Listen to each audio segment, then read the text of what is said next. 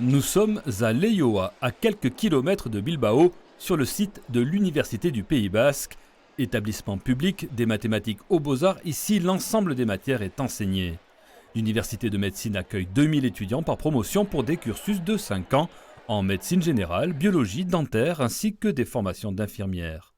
Le département biologie cellulaire a fait parler de lui ces derniers mois avec la découverte du mécanisme de contamination des cellules du corps humain par le Covid-19 et surtout d'un moyen de bloquer cette contamination.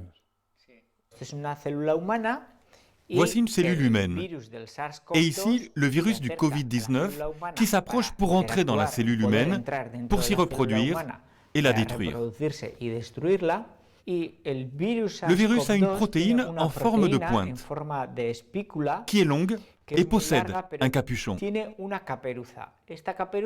Ce capuchon, si la protéine furine le coupe, à ce moment-là, le Covid-19 entre dans la cellule humaine. Le sulconazole empêche la furine de fonctionner. Si elle ne fonctionne pas, le capuchon du virus n'est pas coupé.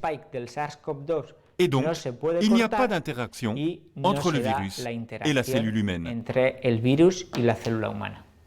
Le subconazole bloque le processus dans 85% des cas, selon l'équipe d'Iker Badiola. Maria travaille depuis maintenant 4 ans sur une thèse qu'elle présentera en décembre. Son sujet de recherche, des protéines qui se brisent et qui provoquent la contamination des cellules humaines que l'on appelle des convertases.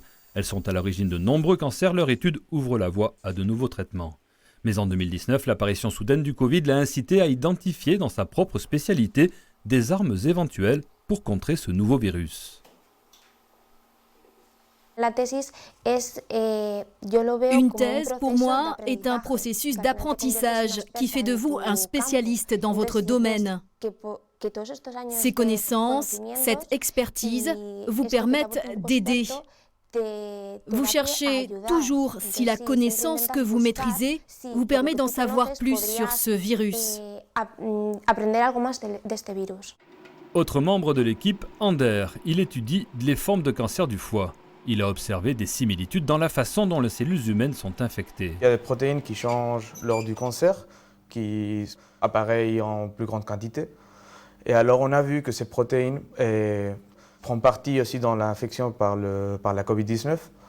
Et alors on a pensé qu'on pourrait trouver quelque chose pour essayer de traiter l'infection par le Covid-19. On se rencontre avec un virus, une pandémie mondiale, et on pense, qu'est-ce qu'on peut faire?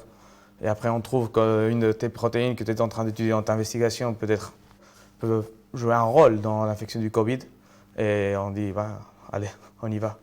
Les thèses de ces deux étudiants-chercheurs sont co-dirigées par l'Université du Pays Basque et l'INSERM de Bordeaux. Ander va d'ailleurs rejoindre en 2022 l'équipe de l'Institut national de la santé basée sur le campus de Pessac. L'INSERM est un institut de recherche publique dédié entièrement à la santé. Son laboratoire U1029 est dirigé par Majid Khatib. Docteur en physiologie cellulaire, il a effectué de nombreuses années de recherche, notamment à Montréal et Ottawa, au Canada. Il est l'auteur de 70 publications scientifiques et didactiques.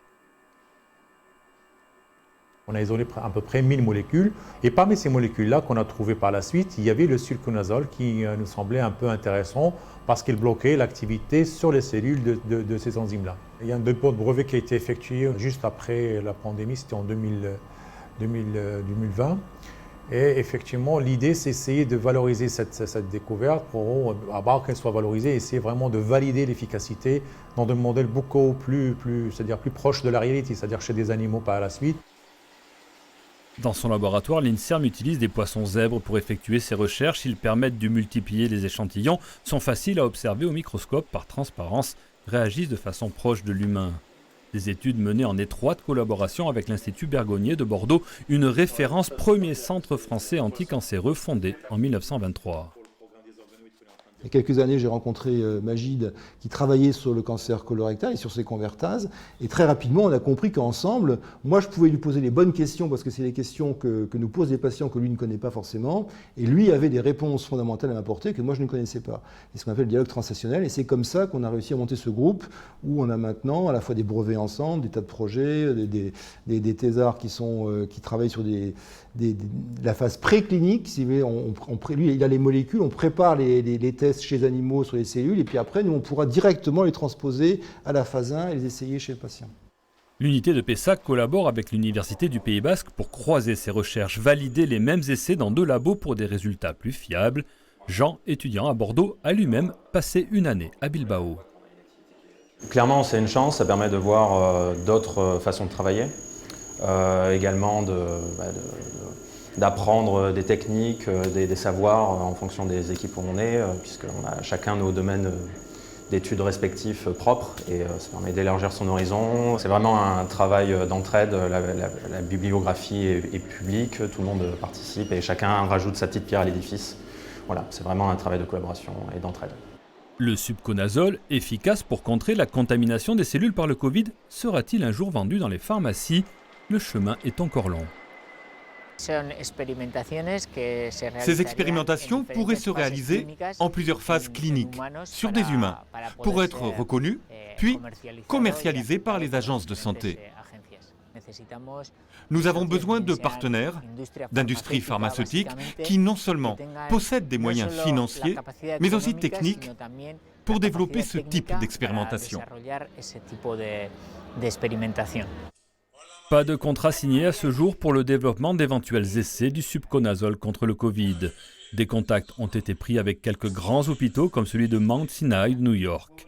La collaboration transfrontalière en tout cas continue et montre son efficacité depuis 2017.